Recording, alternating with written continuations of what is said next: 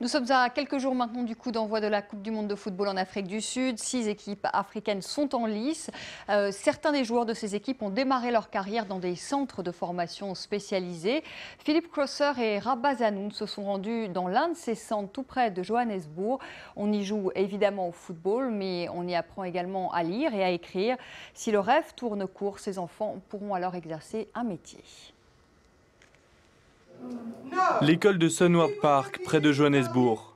Les élèves assistent à un cours de vie en société. Un cours qui fait partie intégrante du cursus en Afrique du Sud. Maintenant, on ne dit plus parce que tu es noir, tu n'as pas le droit de rentrer dans telle boutique. Ou bien parce que tu es blanc, tu as le droit.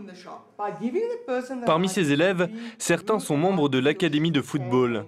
Ils sont arrivés dans cette école il y a un semestre seulement. Tous ont entre 13 et 14 ans.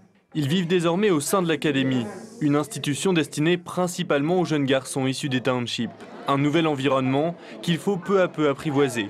Ces footballeurs en herbe restent donc souvent entre eux pendant les pauses. Tisetso est le capitaine de son équipe.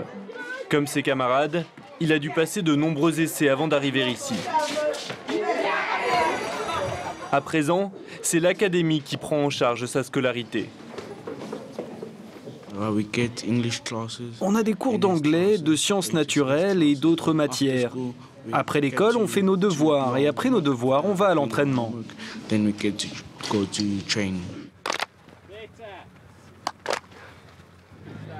Le dimanche est réservé aux matchs de compétition. L'équipe de l'académie domine le tournoi local des moins de 15 ans. C'est Tisetso qui dirige l'échauffement. Son équipe n'a pas encaissé le moindre but en 8 matchs. On gère, ça fait plaisir. Bien sûr, nos mères nous manquent. Il faut qu'on continue nos études. Et j'aimerais bien aller plus loin, pouvoir jouer pour une grande équipe.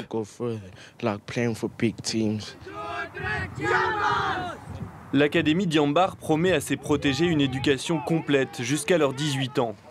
C'est seulement ensuite qu'ils pourront s'envoler vers de grands clubs s'ils sont recrutés.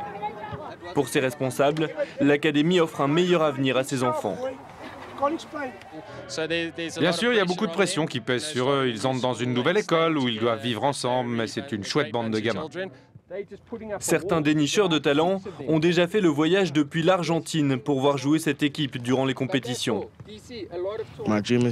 Mon rêve, c'est d'être joueur professionnel. Je voudrais être capitaine de Liverpool. Et à la fin de cette journée, l'équipe peut même ajouter à son palmarès une 9e victoire d'affilée.